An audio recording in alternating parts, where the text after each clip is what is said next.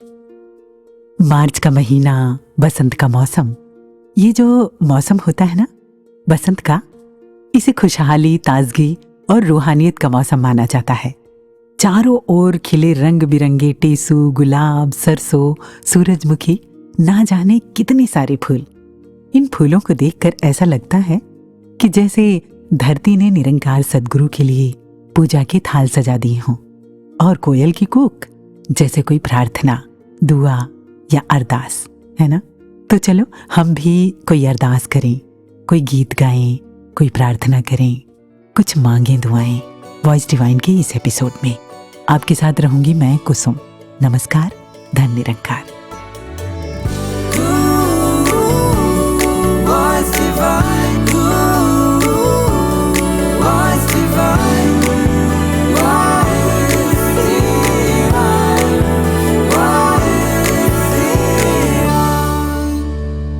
इतनी शक्ति हमें देना दाता, मन का विश्वास कमजोर होना। हम चलें नेक रस्ते पे, हमसे भूल कर भी कोई भूल होना। त्वमेव माता च पिता त्वमेव, त्वमेव बंधु च सखा त्वमेव। ऐ मालिक तेरे बंदे हम, ऐसे हों हमारे करम।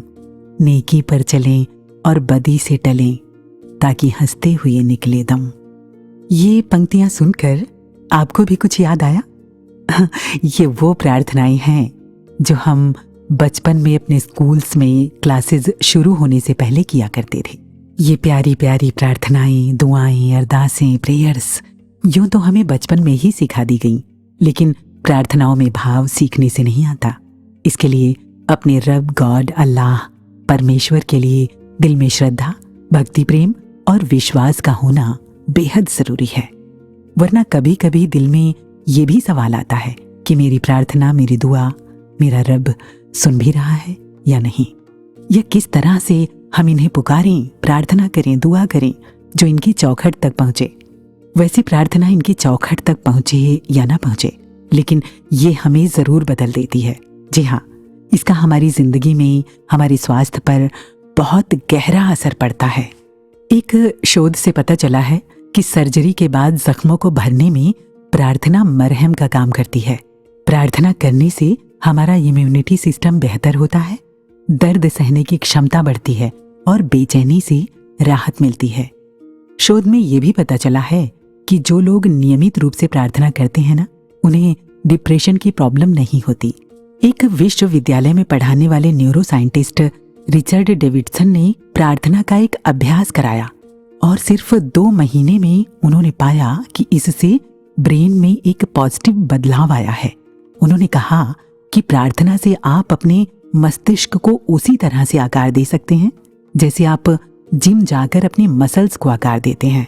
पेंसिल्वेनिया विश्वविद्यालय के न्यूरो साइंटिस्ट न्यूबर्ग ने एक बुक लिखी है, how God changes your brain. वो कई सालों से धार्मिक लोगों के दिमाग को स्कैन कर रहे हैं। वो कहते हैं कि आप जितना ज्यादा किसी चीज पर फोकस करते हैं ना, चाहे वो आपका मैथ्स का सब्जेक्ट हो या ऑटो रेसिंग या फुटबॉल या फिर ईश्वर, उतना ही ज्यादा वो आपकी जिंदगी की वास्तविकता बन जाता है। कहते हैं कि अमेरिका में एक प्रयोग किया गया। एक जगह पर थोड़ी थोड़ी दूरी पर 2 पेड़ लगाए गए, एक ही किस्म के। एक पेड़ के नीचे कुछ लोगों ने दुआएं पढ़ी, एक पेड़ के नीचे उन लोगों ने अपशब्द कहे। सिर्फ 7 दिनों में आश्चर्यजनक चमत्कार हुआ। जहां शुभकामनाएं दी गई थीं, वो पेड़ हरा भरा होने लगा, जबकि दूसरा पेड़ मुरझा गया। इसका मतलब प्रार्थना और दुआओं का असर सिर्फ इंसानों पर ही नहीं, सारी की सारी प्रकृति में भी होता है। किसी ने कहा कि प्रार्थना भले पत्थर को ना हिलाए, लेकिन ये पत्थर हिलाने के लिए प्रेरित कर देती है। वैसे तो प्रार्थनाएं सबका निजी विषय हैं, जैसे सबका अपना अलग अलग नाता होता है ना प्रभु से, उसी तरह से प्रार्थनाएं भी हम सबकी भावनाओं के अनुसार अलग अलग हो जाती हैं। शब्द भले ही एक ही हों, लेकिन भाव अलग होते हैं। अलग अलग होते हुए भावनाओं में प्रेम और श्रद्धा एक ही जैसे होते हैं, है ना। किसी ने कहा कि प्रार्थना हृदय की लहर है, ये स्वर्ग की ओर जाती हुई निगाह है, प्रेम की पुकार है। किसी ने कहा कि प्रार्थना हृदय का गीत है, ये ईश्वर के कानों तक पहुंचती है। किसी ने ये भी कहा कि प्रार्थना ईश्वर के साथ मित्रता का रिश्ता है। ये भी कहा गया कि प्रार्थना का मूल्य ये नहीं कि ईश्वर हमारी सुनेगा ही, ये तो इसकी मर्जी, हम बस अर्जियां अपनी डाल दें। कहीं कहीं पर सामूहिक प्रार्थनाओं का रिवाज है, तो कहीं कहीं धर्म विशेष के लोगों से अपनी प्रार्थनाएं करवाने का रिवाज है। कोरियाई समुदाय में श्रद्धालुओं का एक पूरा समूह मंडली बनाकर एक साथ जोर से प्रार्थना करते हैं, जिसे तोंगसुंग किडो प्रार्थना कहते हैं। उत्तरी अमेरिका के कुछ क्षेत्रों में भी एक साथ प्रार्थना करने की प्रथा है, जिसे पॉपकॉर्न प्रार्थना कहा जाता है। जैन फकीर सुबह उठकर जो प्रार्थना करते हैं ना, वो हंसने की है।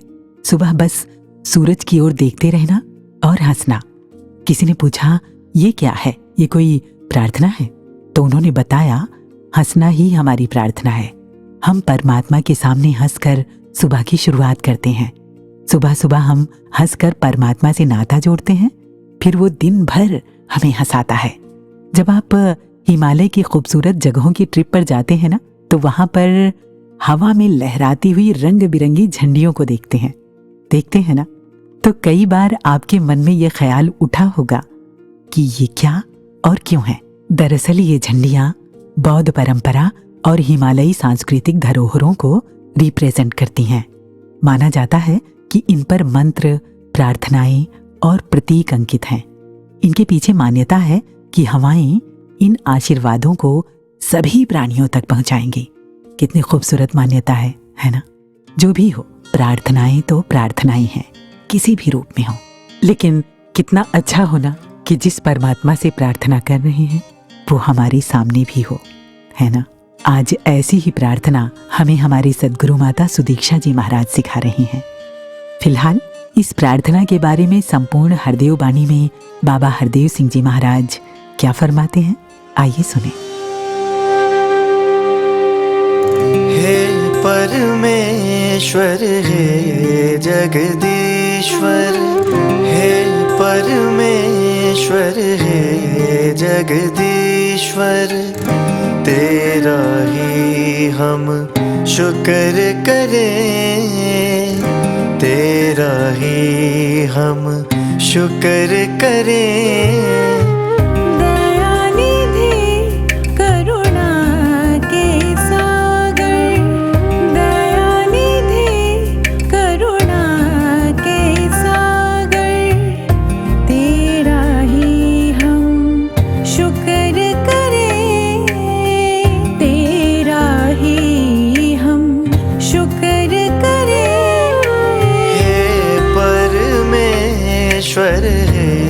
जगदीश्वर, हे परमेश्वर, हे जगदीश्वर।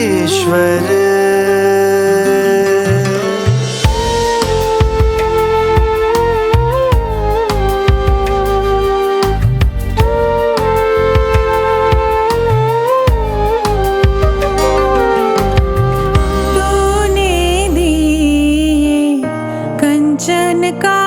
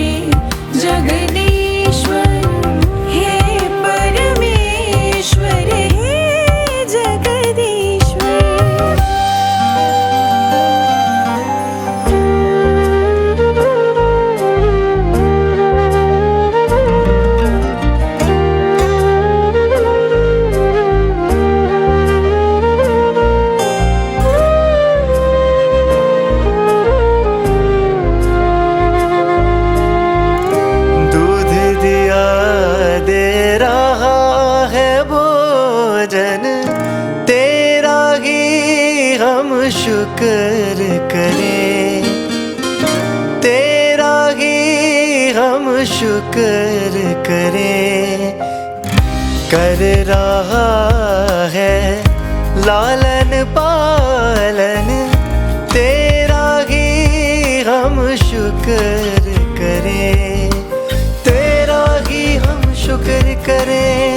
तेरा ही हम शुक्र करें, तेरा ही हम शुक्र करें।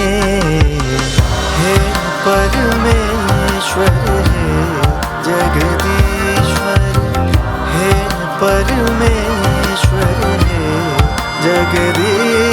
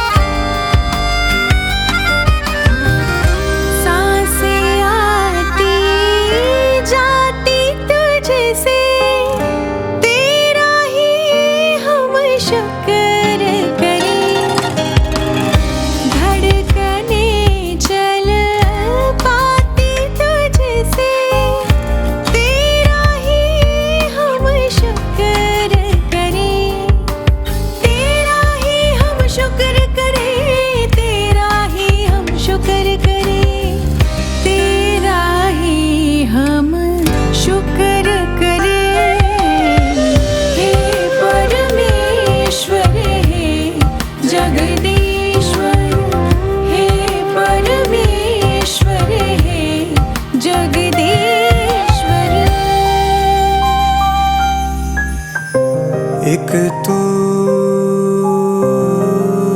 ही निर्बल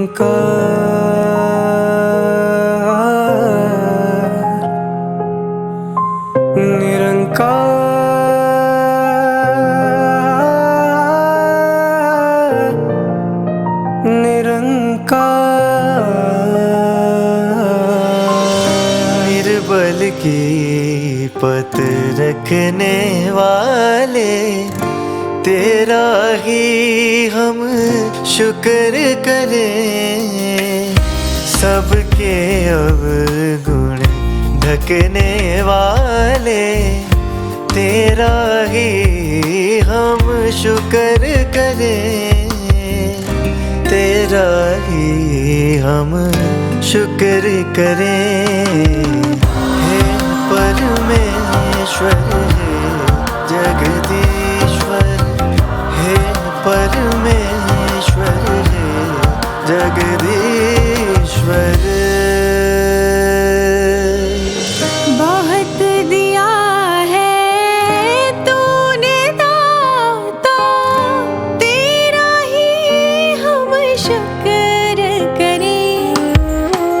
कहे हर देव हे भाग्य विधाता, कहे हर देव हे भाग्य विधाता, तेरा ही हम शुक्र करें, तेरा ही हम शुक्र करें।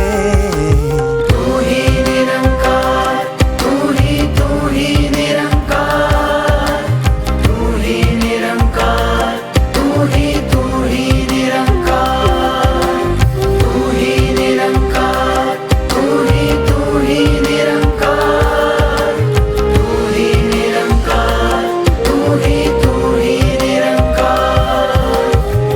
हे परमेश्वर हे जगदीश्वर। जो मैं सर बसजदा हुआ कभी, तो ज़मीं से आने लगी सदा। तेरा दिल तो है सनम आशना, तुझे क्या मिलेगा नमाज में। मैंने सुना कहीं रूस में कोई गरीब और बुजुर्ग किसान थे। वो रोज नियमित रूप से चर्च में जाकर चुपचाप बैठ जाते और जाहिरी तौर पर कुछ ना कहते। ये उनका रोज का नियम था। तो वो जो पादरी थे वहां के, वो उनको वॉच करते रहते थे। वो ये हर दिन देखते कि ये जो किसान हैं ये अभावग्रस्त हैं, इन्हें धन के साथ साथ काम करने की भी जरूरत है। एक दिन उन्होंने उन किसान सज्जन से पूछ ही लिया कि वो हर दिन ऐसा करके अपना समय क्यों बर्बाद कर रहे हैं। ये तो कोई प्रार्थना भी नहीं और इससे उन्हें मिलता ही क्या है। तो वो बुजुर्ग किसान प्यार और विनम्रता से बोले, मैं उसकी तरफ देखता हूँ, वो मेरी तरफ देखता है और हम एक दूसरे से कहते हैं आई लव यू। मुझे लगता है कि इससे बेहतरीन प्रार्थना और कोई हो ही नहीं सकती, है ना।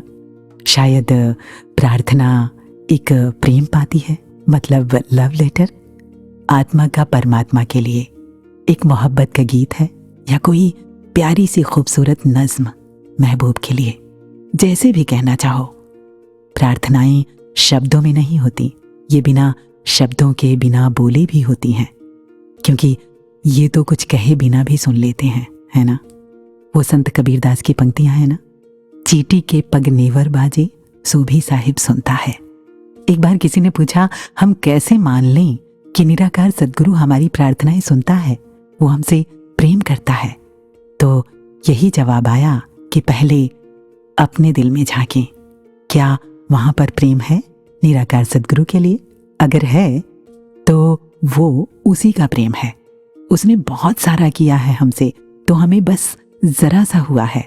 मुझे हुआ है तो यकीनन उसको भी जरूर हमसे हुआ होगा, लेकिन इसकी फिक्र करनी ही क्यों, इसका ढिंढोरा पीटना ही क्यों? ये निरंकार सद्गुरु सब कुछ जानते हैं। अगर बख्शे जहे किस्मत, न बख्शे तो शिकायत क्या, सरे तस्लीम खम है जो मिजाजे यार में आई। एक दिन सविता जी ने मुझसे पूछा कि कुसुम आपकी लव लैंग्वेज क्या है। ये मेरे लिए एक नया शब्द था। मैंने उनसे पूछा, अलग से कोई लव लैंग्वेज होती है क्या? उन्होंने कहा, हाँ होती है, आप सोच के बताओ।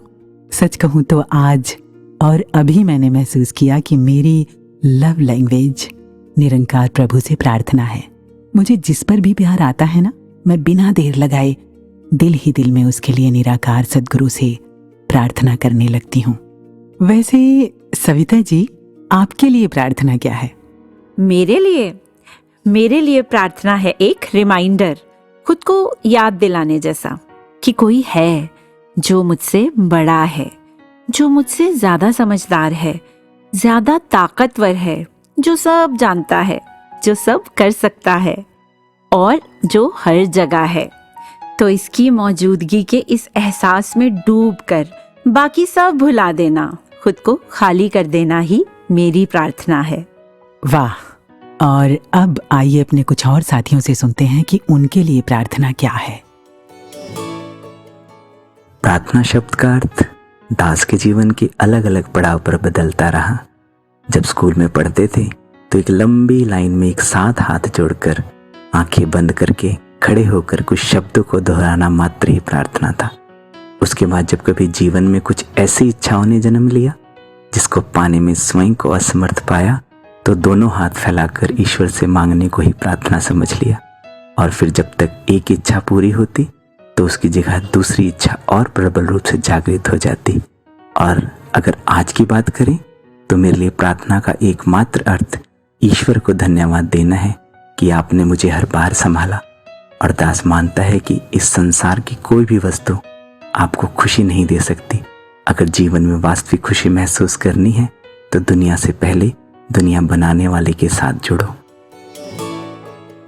सद्गुरु माता जी, मेरी प्रार्थनाएं मेरे प्रेम का प्रगटाव हो, मेरे प्रेम का संवाद हो। आपसे तो संवाद करने की भाषा ही प्रेम है और मेरी प्रार्थनाएं हमेशा प्रेम से भीगी हों। मेरी प्रार्थनाएं किसी स्वार्थ से ना जुड़ी हों। जब भी आपसे मांगे तो आपका प्रेम ही मांगे। And thank you for gifting me this beautiful tool of prayer through which I can connect to you anywhere, every time, every second. Thank you for teaching me this beautiful medium of prayer to connect to you. Thank you.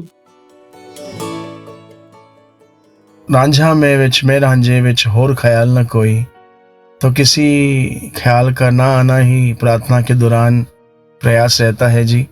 और जब भी सद्गुरु माता जी ने सिमरन कराया तो आत्मा के स्तर से ही कराया, और करते करते यही महसूस होता कि बूंद सागर में मिलके अपना एक विस्तार पा रही हो। और उस महसूसियत के बीच ये हमेशा याद दिलाए रखते इनके जो फरमान आते हैं कि निरंकार पूरा है तो इसका किया सब कुछ पूरा है, बिल्कुल परफेक्ट है। तो फिर ये जब खुद ही मोहर लगा रहे हैं, खुद ही ब्लेसिंग्स दे रहे हैं, तो फिर क्या ही इनसे मांगे। तो प्रार्थना के दौरान यही प्रयास रहता है जी कि अंग संग केवल निरंकार दिखे और कुछ न दिखे, और इनके हर फरमान पे अमल कमाऊं। यही मेरे लिए प्रार्थना है जी। दासी के लिए प्रार्थना निरंकार से जुड़ाव है। जिसमें प्रेमा भक्ति के, शुक्राने के और अरदास के भाव निहित होते हैं। फिर ये प्रार्थना कभी खामोश रहकर और कभी शब्दों का सहारा लेकर की जाती है। अभी हाल ही में दासी के साथ एक ऐसा ही सुखद अनुभव हुआ। सत्संग में बैठे थे, एक बहन नमस्कार की लाइनों में, हमेशा तो उनका चेहरा हंसता मुस्कुराता हुआ, आज कुछ उदास दिख रहे थे। सहज में ही प्रार्थना की सद्गुरु के चरणों में, सच्चे पातशाह आप इनकी हर कमी को, गमी को दूर करना। इस प्रार्थना ने दासी के मन को आनंद से भर दिया।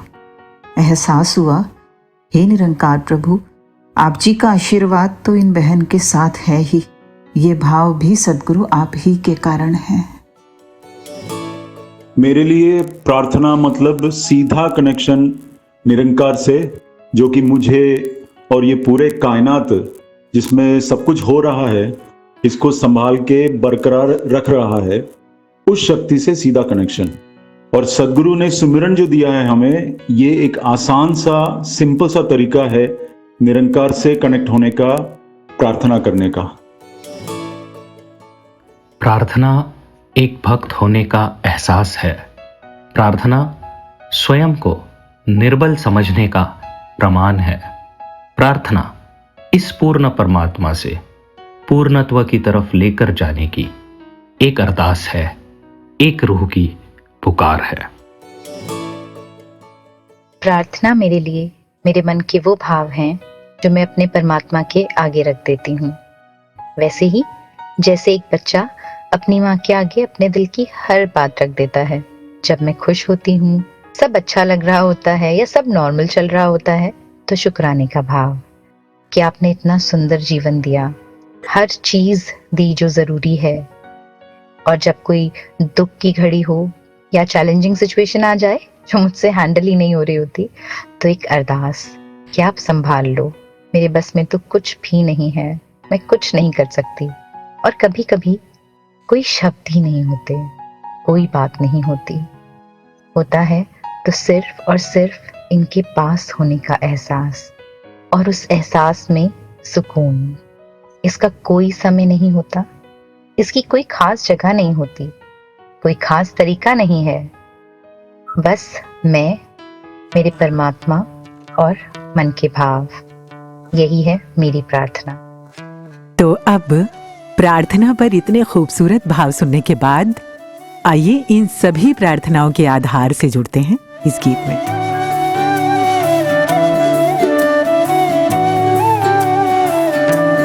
तेरे चरना च मेरी अरदास सतगुर, तेरे चरना च मेरी अरदास सतगुर।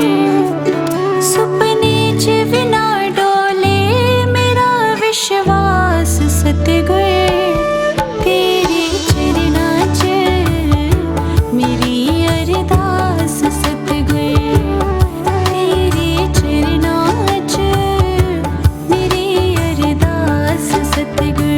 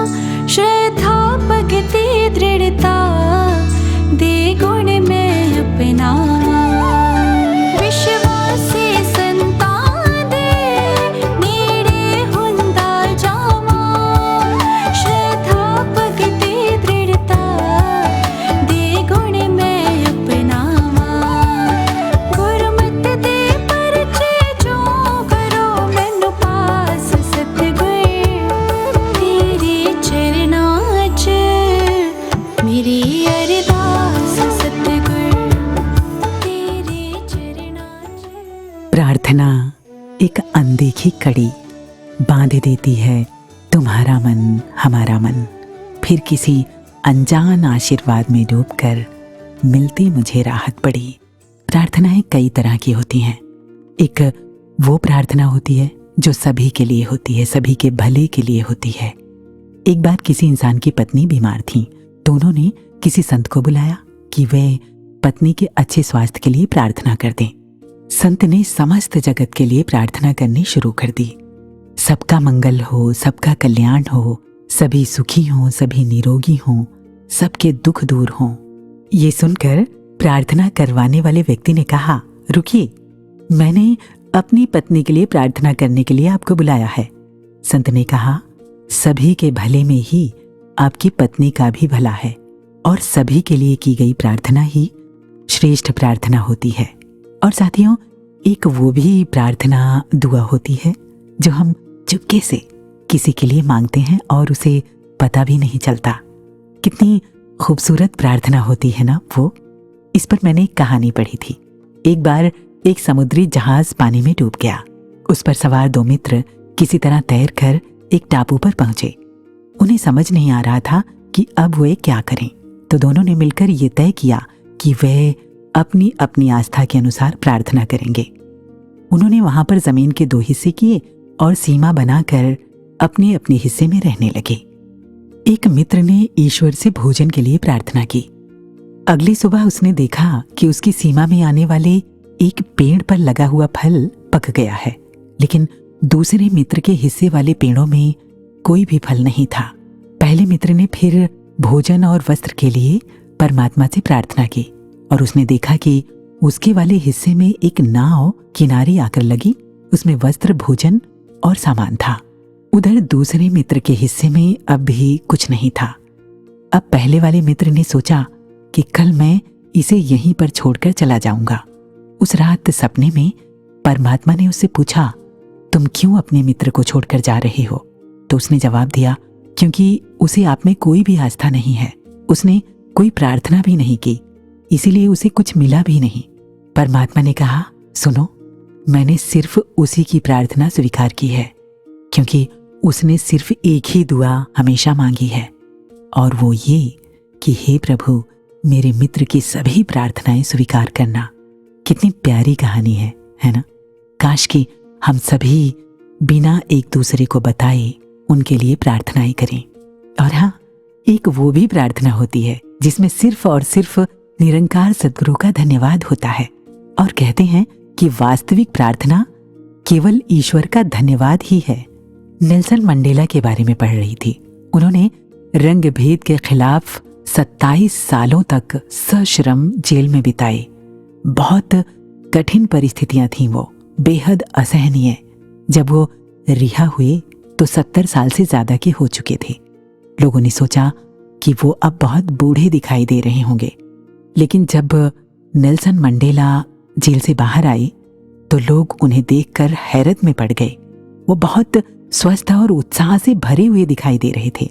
एक रिपोर्टर ने उनकी अच्छी सेहत के रहस्य के बारे में उनसे पूछा तो उन्होंने जवाब दिया, मैंने जेल में हमेशा हर परिस्थिति के लिए परमेश्वर का धन्यवाद किया। मैंने आसमान को देखा तो धन्यवाद किया, मैंने जमीन को देखा तो धन्यवाद किया, मैंने खाना खाते हुए, पानी पीते हुए, मजदूर शिविर में काम करते हुए हर पल परमेश्वर का धन्यवाद किया, और यही एक वजह है कि मैं स्वस्थ रह सका। कमाल है ना? उन्होंने उस कठिन परिस्थिति को बदलने की दुआ नहीं मांगी, बल्कि शुक्राना किया। और वो प्रार्थनाएं जिनमें खुदगर्जियां नहीं होती ना, उनके लिए किसी शायर ने क्या खूब लिखा है, सौदागरी नहीं ये इबादत खुदा की है, ए बेखबर जज़ा की तमन्ना भी छोड़ दे। बाबा हरदेव सिंह जी महाराज ने भी अक्सर अपने प्रवचनों में फरमाया कि बेगर्ज जिन्हा दी उल्फते वो नमाज दी कीमत नहीं मांगदे। सच है ना? मन्नतों के बोझ तले इबादत गैर मुमकिन है। बेगर्ज मोहब्बत चाहिए बंदगी के लिए, बेगर्ज प्रार्थना, अरदास, दुआ। इस पर निरंकारी राज पिताजी ने क्या फरमाया, आइए सुनते हैं। भक्ति के रिश्ते को जब हम सदगुरु के साथ निभाते हैं तो कई बार दिल में भाव आते हैं जिन्हें हम प्रार्थना रूप में, अरदास रूप में रखने की कोशिश करते हैं। जब कभी साकार के आगे अवसर मिले तब, या फिर निरंकार रूप में हम अरदास करते हैं, प्रार्थना करते हैं, तो अक्सर कई बार ये सवाल पूछा जाता है कि क्या अरदास करनी भी चाहिए, क्योंकि सदगुरु तो यही आशीर्वाद दे रहे हैं कि जो निरंकार कर रहा है इसकी रज़ा में रहना आ जाए। तो ये सदगुरु का विरध है। ये इन्होंने प्रेम रूप में एक रहमत दी है अपने हर एक भक्त को, एक अधिकार कह लीजिए, एक कृपा कह लीजिए। पर अरदास होती क्या है? अक्सर कई बार उस बात से हम मेल नहीं खा पाते हैं। हम सिर्फ शब्द अरदास का या प्रार्थना का इस्तेमाल करके पर कर अरदास नहीं रहे होते हैं। अरदास शब्द में ही अगर हम देखते हैं तो जब तक खुद को अर्पित समर्पित करके दास भावना के साथ वो भाव चरणों में नहीं रखे गए सदगुरु के या निरंकार के, तब तक उसको अरदास नहीं कहा जा सकता। क्योंकि अरदास बहुत ही प्रेम पूर्वक भावना है। अरदास अक्सर एक बात कहता है कि भक्ति के प्राण है समर्पण, भक्ति के प्राण है भाव। अगर भाव ना हो तो भक्ति जिंदा ही नहीं रह सकती। हम अपनी बात रखते हैं और फिर एंड में शब्द जोड़ देते हैं, अंत में अरदास है। तो वो अरदास का लिबास ओढ़ देने से मेरी मांग अरदास नहीं बन जाती। क्योंकि अरदास जब कोई भक्त करता है तो वो इस रूप से करता है परमात्मा के आगे, सदगुरु के आगे, कि ये आपने अगर इजाज़त दी है तो ये अरदास। पर इसके बाद आपकी इस अरदास को प्रवानगी मिलती है, नहीं मिलती, आप जी हाँ कहते हैं या ना कहते हैं, इस बात से मेरा अब कुछ लेना देना नहीं। कि आप जी आज्ञा दें, मंजूरी दें तो भी यही भाव, और आप जी ना कह दें तो भी यही भाव। परमात्मा के आगे प्रार्थना की ये ध्यान है, पूरा कर दे या ना करे, इस बात से भक्त की भक्ति पर, भक्त की अवस्था पर कोई असर नहीं। तभी भक्त आनंद में है। कितना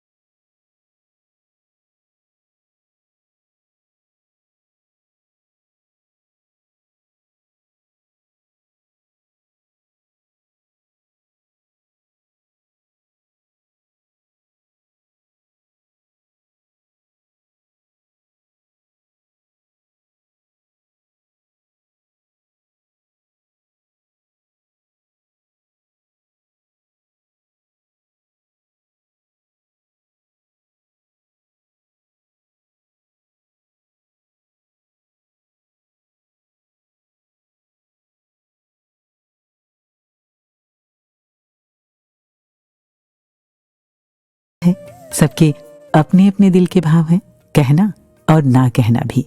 बस ये प्रेम, इबादत, भक्ति का नाता बना रहना चाहिए। एक बार मैंने सोशल मीडिया पर एक विद्वान सज्जन को ये कहते सुना कि भक्ति वो होती है जिसमें भक्त और भगवान दोनों की ही बराबर बातें हों, एक तरफा नहीं। उन्होंने कई एग्जाम्पल्स भी दिए कि मीरा की गिरधर से बातें होती थीं, शबरी की राम से, प्रहलाद की हरि से, यानी जो भी भक्त हुए हैं उन सबका नाता दोनों तरफ से था। उन्होंने कहा कि जो भी भक्त होने का दावा करते हैं उन्हें देखना चाहिए कि उनकी भक्ति में क्या दोनों तरफ से उतना ही गहरा नाता है। क्या भगवान बातें करते हैं, जवाब देते हैं? बात सच भी थी। और सच कहूं तो ये सुनकर मैं उस रात सो नहीं पाई। सोचती रही, क्या मैं अकेले ही इन्हें पुकारती रहती हूँ? मैं सवाल करने लगी निरंकार सतगुरु से, क्या मेरी भक्ति में कुछ कमी है? क्या मेरी पुकारें इन तक नहीं पहुंचती? फिर अगले दिन मानो निरंकार ने ही इसका जवाब दिया। हम शरीर में हैं, हमारे पास आवाज है, कोई ना कोई भाषा है। हम अपनी उसी भाषा में निरंकार प्रभु से बातें करते हैं। निरंकार की अपनी भाषा है, वो अपनी भाषा में जवाब देता है। वो हमारी भाषा में जवाब नहीं देगा। हमें उसकी भाषा सुननी आनी चाहिए, और ये होगा लगातार निरंकार से नाता जोड़ने से। और यकीनन ये हमें जवाब देता है, हमसे बातें करता है, निराकार रूप में और साकार रूप में भी। हाँ, होती हैं हमारी बातें दोनों तरफ से। मैं शब्दों में कहती हूँ और ये सद्गुरु रूप में शब्दों में जवाब देते हैं, और निराकार रूप में बिना शब्दों के भी जवाब देते हैं। भक्ति में शब्द ज्यादा मायने नहीं रखते, भाव मायने रखता है, प्रेम मायने रखता है। जब शब्द नहीं बने थे ना, तो प्रेम तब भी था और भाव तब भी थे। और फिर अंतर्यामी को शब्दों की क्या जरूरत? आपने हजरत मूसा और चरवाहे की वो कहानी भी सुनी है ना? जरूर सुनी है, वॉइस डिवाइन में भी। लेकिन इस कहानी के बिना प्रार्थना की बातें कुछ अधूरी सी लगती हैं, इसलिए साझा करते हैं। एक बार हजरत मूसा ने एक चरवाहे को खुदा से ये कहते सुना, ऐ प्यारे खुदा, तू कहाँ है? बता, जिससे मैं तेरी खिदमत कर सकूं। मैं तेरे मोजे सियूं, तेरे सिर में कंघी करूं, तेरे कपड़ों में थेगली लगाऊं, तेरे कपड़े धोऊं। ऐ प्यारे, तेरे आगे दूध रखूं, और अगर तू बीमार हो जाए तो संबंधियों से भी अधिक मैं तेरी सेवा करूं, तेरे हाथ चूमूं, पैरों की मालिश करूं, और जब तेरे सोने का वक्त हो तो तेरे लिए बिछौने साफ करूं, खाने के लिए चुपड़ी रोटियां और पीने के लिए दही और मट्ठा लेकर आऊं। इस तरह की और ना जाने क्या क्या बातें वो खुदा से कर रहा था। हजरत मूसा ने जब ये सुना तो पूछा, ये तू किससे बेबुनियाद बातें कर रहा है? उसने उत्तर दिया, उस खुदा से जिसने हम सभी को पैदा किया है। मूसा बोले, अरे अभागे, खुदा को तेरी इस सेवा की आवश्यकता नहीं, वो तो सर्वशक्तिमान है। उसे तेरी इन मूर्खता भरी बातों से कोई सरोकार नहीं। वो ज्योति स्वरूप इन शरीर की आवश्यकताओं से परे है, इसलिए तू ये बेबुनियाद बातें बंद कर। कहते हैं कि मूसा की बातें सुनकर वो चरवाहा बहुत निराश और शर्मिंदा हुआ। और ये भी सुना है कि मूसा खुदा से बातें करते थे। तो जब खुदा ने मूसा से बातें की तो उन्होंने कहा, ऐ मूसा, तूने हमारे बंदे को हमसे जुदा कर दिया। हमने हर ही इंसान का स्वभाव अलग बनाया है, अलग अलग बोलियां दी हैं, सबकी प्रार्थनाओं का ढंग अलग अलग है। मुझ तक सिर्फ उनका प्रेम और भावनाएं ही पहुंचती हैं, शब्द नहीं। कहते हैं कि ये सुनकर मूसा को अपनी गलती का एहसास हुआ, और फिर उन्होंने चरवाहे को ढूंढकर उससे माफी मांगी। हालांकि तब तक उसकी प्रार्थना भी बदल चुकी थी। ईश्वर अल्लाह किन्हीं शब्दों का मोहताज थोड़ी ना है, ये तो उनको भी सुनता है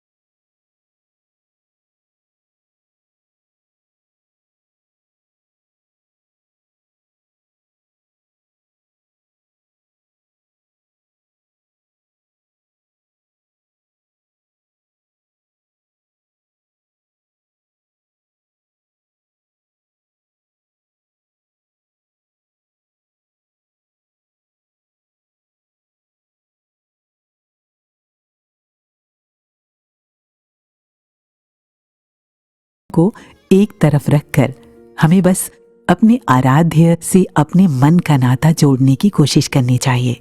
खलील जिब्रान की कविता के कुछ भाव हैं। तुम अपने संकट और जरूरत में प्रार्थना करते हो, काश कि तुम अपने आनंद के दिनों में भी प्रार्थना करते। मैं तुम्हें प्रार्थना करना नहीं सिखा सकता। भगवान तुम्हारे शब्दों को तब तक नहीं सुनते जब तक कि वो खुद तुम्हारे होठों से ना बोलने लगे, यानी ये होठ, ये शब्द सब परमात्मा हो जाए। एक बार किसी ने पूछा कि परमात्मा के लिए प्रेम होता है या फिर किया जाता है? अगर करते हैं तो फिर ये प्रेम तो कर्म हो गया, और अगर होता है तो कब तक इंतजार करें? जिंदगी का तो कुछ पता नहीं। जवाब आया, ये दुनियावी प्रेम नहीं है जो आंखों के आकर्षण से हो जाए। इस प्रेम को मांगना होगा, खुद को इसका पात्र बनाना होगा, लगातार परमपिता परमात्मा से खुद को जोड़ना होगा, फिर ये अपने आप होगा। यानी परमात्मा से प्रेम करते भी हैं और प्रेम होता भी है। पहले करना फिर होना, है ना? आखिर अपने आप को अपने प्रिय के नजदीक तो ले जाना पड़ेगा, है ना? उससे बातें तो करनी ही होगी। पवित्र बाइबल के अनुसार यहोवा चाहता है कि हम दिल खोल कर और लगातार उससे बातें करें और उसे अपनी सारी बातें बताते रहें। जब हमारा परमपिता खुद हमसे चाहता है कि हम उससे प्रार्थना करें, तो क्या उसका ये निमंत्रण हम स्वीकार नहीं करेंगे? हम जैसे जैसे यहोवा से बातें करते हैं, हमारी दोस्ती और गहरी हो जाती है। यानी लगातार परमात्मा के नजदीक होने की प्रैक्टिस। और ये मैं ही नहीं कह रही, ये कहते हैं एक संत ब्रदर लॉरेंस। 17वीं सदी में पैदा हुए ब्रदर लॉरेंस ने एक बार पतझड़ के मौसम में बिना पत्तियों का एक पेड़ देखा। उन्हें ये यकीन आया कि परमात्मा अब जरूर इस पेड़ में पत्तियां और फल लगाएगा। और फिर जब ऐसा हुआ तो उनका यकीन परमात्मा के प्रेम में बदल गया। उन्होंने परमात्मा के प्रेम के इस एहसास को लगातार बनाए रखने की ठान ली। उनकी एक बुक है the practice of the presence of God, जो उनके लिखे गए पत्रों पर आधारित है। इसमें उन्होंने लिखा है कि लॉरेंस को किचन का काम सौंपा गया था जो उन्हें बिल्कुल भी पसंद नहीं था, लेकिन उन्होंने अपने हर काम को परमात्मा को समर्पित कर काम करने को ही प्रभु से प्रेम करना बना लिया। हर काम को करने के साथ उन्होंने भगवान को याद करने की आदत डाली और लगातार प्रैक्टिस की। वो लिखते हैं कि परमात्मा के प्रेम में जमीन से एक तिनका उठाना भी मेरे लिए धन्यता है। मैं राजा जैसा खुश होता हूँ।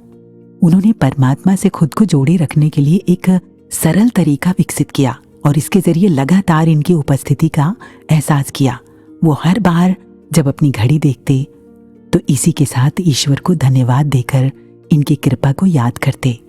उन्होंने अपनी कमियां और गलतियां भी परमात्मा से साझा की और स्वीकार करते हुए प्रार्थना की कि हे परमात्मा, मुझे इतना सक्षम बना कि ये गलतियां दोबारा ना हो। उन्होंने लिखा कि जब मेरे पास कोई काम नहीं होता तो मैं फर्श पर बैठकर परमात्मा की आराधना करता हूँ और मैं बस यही चाहता हूँ कि मैं कैसे पूरी तरह से इनका बन जाऊं। उन्होंने ऐसे जीना शुरू किया कि जैसे परमात्मा के सिवा और कुछ है ही नहीं।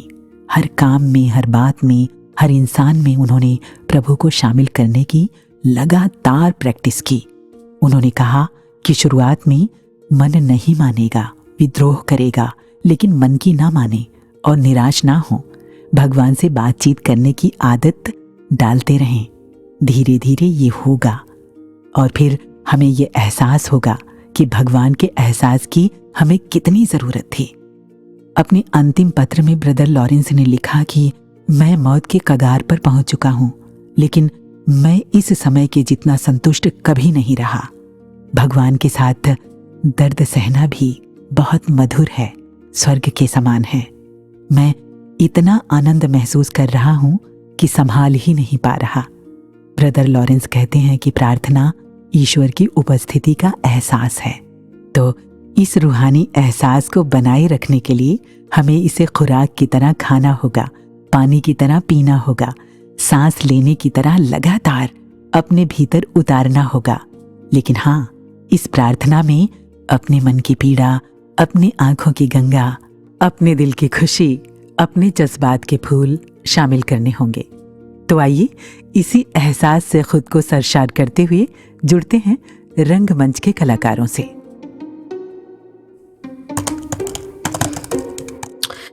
इतना काम है ना आज। हाँ, मैं तो थक गई भाई। अच्छा, इसी खुशी में कुछ और न्यू फाइल्स ट्रांसफर कर रही हूँ। क्या? और फाइल्स? आज इतनी फाइल्स आ कहाँ से गई? भूल गई आज कौन सा दिन है? ओह हाँ, लेकिन एक सवाल। पूछिए पूछिए। ये किसी किसी दिन को इतनी फाइल्स क्यों आती है? कुछ खास होता है क्या? क्या पता क्यों, कभी कोई दिन, कोई शाम, कोई तरीका, कोई रिवाज। बॉस ने तो ऐसे कोई रूल्स नहीं बनाए। Absolutely not. अच्छा ये देखो, फाइल नंबर 145 अपने डिजायर लिखते हैं, एक नहीं गाड़ी। आई सी, ये तो इजी है। मॉडल भी मेंशन किया है। ओके, वेरीफाई करते हैं। कलर भी लिखा है, फ्यूजन पिंक। ओह, इस कलर की गाड़ी अजीब नहीं लगेगी? May be. और इसके बदले दिन में 4 बार याद किया जाएगा। ओह, डेडिकेशन। हाँ, फिर तो कोई कंडीशन भी होगी। हाँ है ना, ड्यू डेट दी है, लगभग 1 महीने में डिलीवर हो जानी चाहिए। उफ, फिर से वही कंडीशंस। अच्छा, ये फोल्डर 0 में कौन सी फाइल्स हैं? ये फाइल नंबर 145 को वेरिफिकेशन में डाल दो। ओके, एक और लोड हो रही है, बट कंपैरिजन फोल्डर में है। अरे भाई, ये कंपैरिजन फोल्डर की फाइल्स ना नहीं पढ़ी जाती, वेरी डेंजरस यू नो। पढ़ना तो पड़ेगा ना, पर let me open this. File number 201 success ratio का केस है। अच्छा, क्या लिखा है? सक्सेस नहीं मिल रही, दोस्त तरक्की कर रहा है पर वो तो याद भी नहीं करता। ओह, तो कंपैरिजन अब दोस्ती में भी आ गया है। कुछ और बातें भी लिखी हैं, जैसे रोज सुबह उठकर याद करना, फिर मेडिटेशन के टाइम भी कनेक्टेड रहना, और सोशल वर्क में भी काफी एक्टिव है, जैसे एनिमल केयर में फंड्स डोनेट करना, ओल्ड एज होम से लेकर ऑर्फन एजेस तक में सर्व करना। ये तो अच्छी बातें हैं, इस बात की तो खुशी होनी चाहिए। हाँ, पर कंप्लेंट आई है कि इन सब से फायदा क्या? आई सी। आगे? फिर वही कंडीशंस, बार्गेन जैसा हो रहा है यहाँ कुछ, कि मुझे भी सक्सेस दो। डालती हूँ वेरिफिकेशन में। अच्छा सुनो ना, वो फोल्डर 0 क्या है? लोड बढ़ता जा रहा है भाई, देखो नेक्स्ट क्या है। वही FOF। ये कौन सा फोल्डर था? अरे बाबा, फोल्डर ऑफ फियर। ओह हाँ, कितने लोग तो डर से ही कर रहे हैं, है ना? हाँ, अब इन्हें क्या कहें कि डरने की नीड नहीं है। ब्लाइंडली भी तो फॉलो कर देते हैं ना कुछ लोग, बिना जाने बिना समझे, और इस डर को ही मान लेते हैं। मान लेते हैं क्या? प्रार्थना। यस, राइट, प्रार्थना, दुआ, अरदास, प्रेयर्स, कितने सारे नाम है ना। हाँ, कोई भी नाम दे दो, पर इनके पीछे का भाव नहीं समझा तो क्या फायदा? पर वो फोल्डर 0 का बताओ ना, कब से पूछ रही हूँ। नाम फोल्डर 0 है और इतनी सारी फाइल्स है उसमें भी। ऐसा करो, तुम खुद ही खोल कर पढ़ लो। Okay, let me do it then. पहली फाइल, इसमें लिखा है dear God, thank you for everything, I love you. बस इतना ही। दूसरी फाइल ओपन करती हूँ। हाँ बिल्कुल। इसमें लिखा है शुक्रिया प्रभु, एक और नई सुबह के लिए, अपना एहसास बनाए रखना। व्हाट? फिर से? बस इतना ही? नहीं, एक और खोलती हूँ। हाँ, व्हाई नॉट, ट्राई कर लो।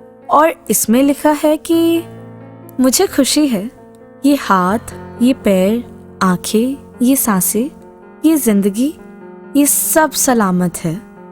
थैंक यू, आप हर पल मेरे पास हो। फाइन, इसमें भी बस इतना ही लिखा है। वाओ, तो कुछ समझ आया? क्या?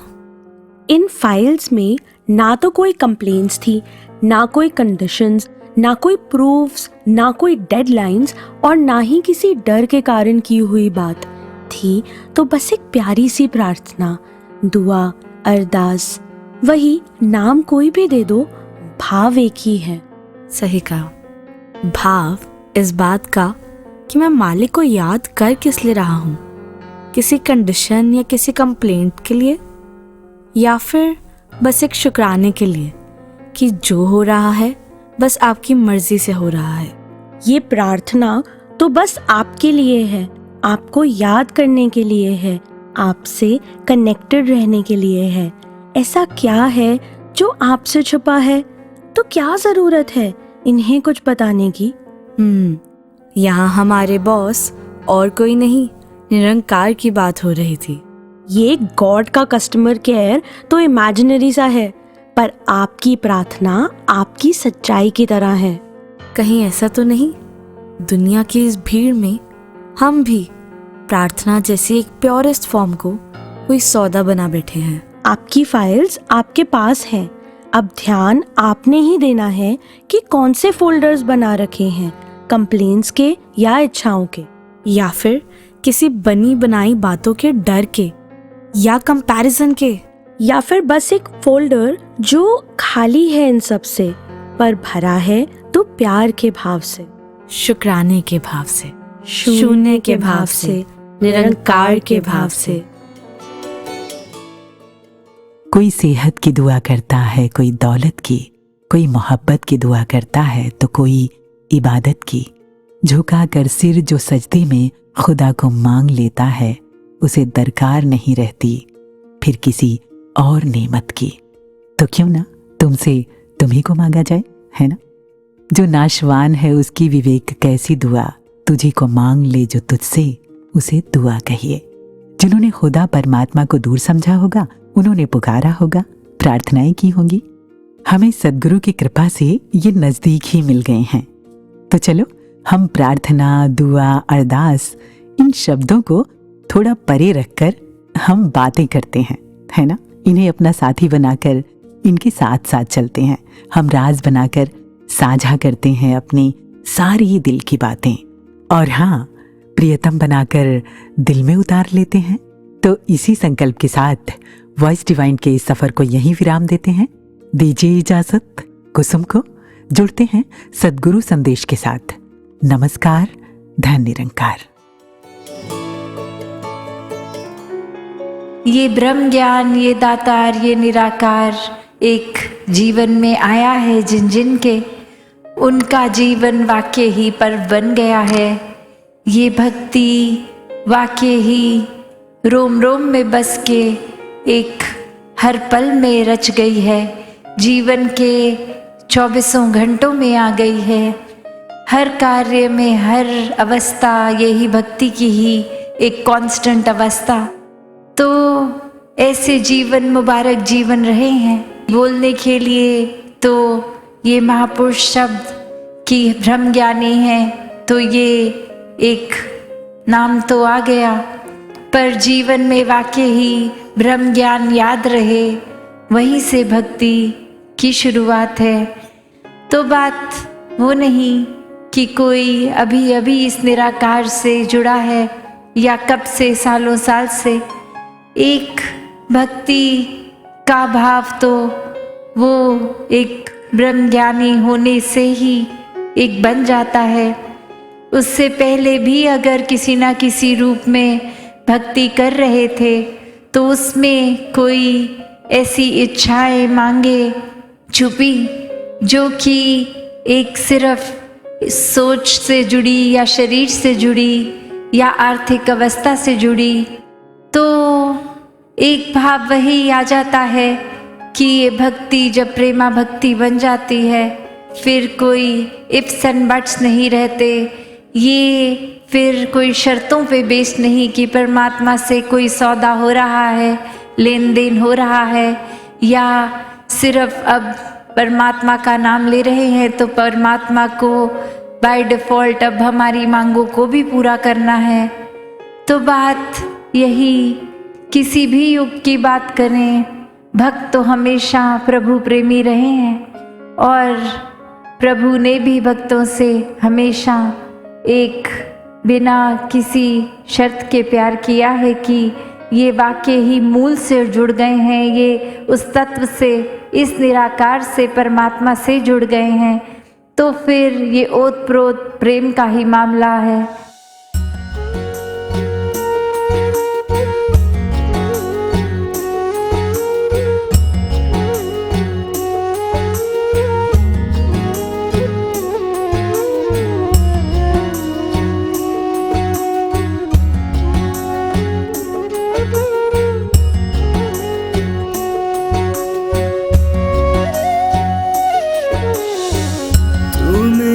जीवन आसरा हो मेरे शहंशाह, मेरे प्राण आधारा, इस धरती ते तू चमके आज वे अंबरी तारा।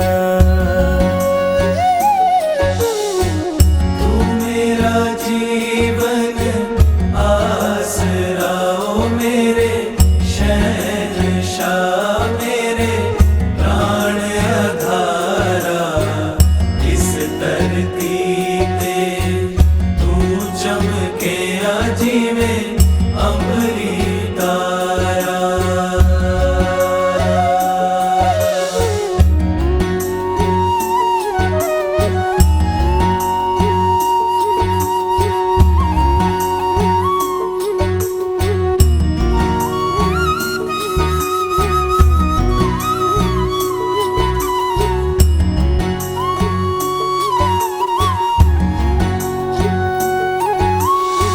सारे जग विच पई तेरी प्याली कवे, तेरी प्याली कवे, सानू रब मिल गया लोकां नू उडीकवे, लोकां नू उडीकवे। कर्मा दी तकड़ी की तोलने की पंड खोलनी जद मिले सवानी, कट कट दिए जानदा मेरा अंतरयामी।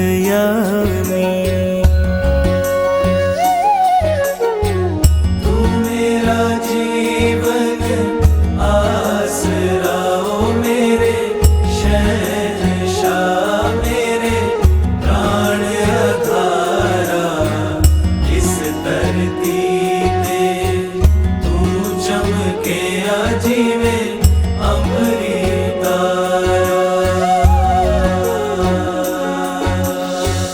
अगे पिछे जिथे जावा तेरियां ने गलियां, तेरियां ने गलियां,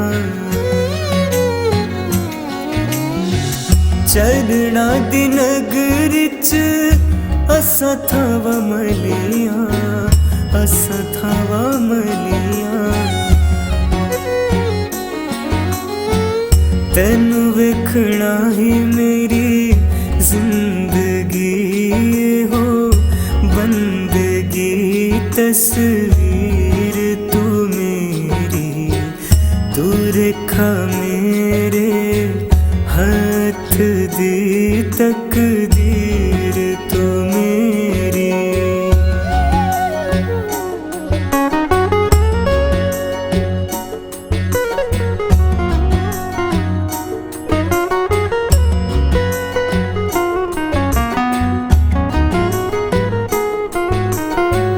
कखा तो भी होली नू तू लख दा बनाया है, लख दा बनाया है। रुकी रुकी जिंदगी सी हंसना सिखाया है, हंसना सिखाया है। जौहर तेरा जिस जानिया रस मानिया, ओहो कदे ना मरदा सतगुरु मेरा ज दसदा पता निज करदा। तू मेरा जीवन आसरा ओ मेरे शहंशाह मेरे प्राण आधारा। इस धरती पे तू चमके आजीवे अमरी तारा। तू मेरा जीवन आसरा ओ मेरे शहंशाह मेरे प्राण आधारा। इस धरती पे तू चमके आजीवे अमरी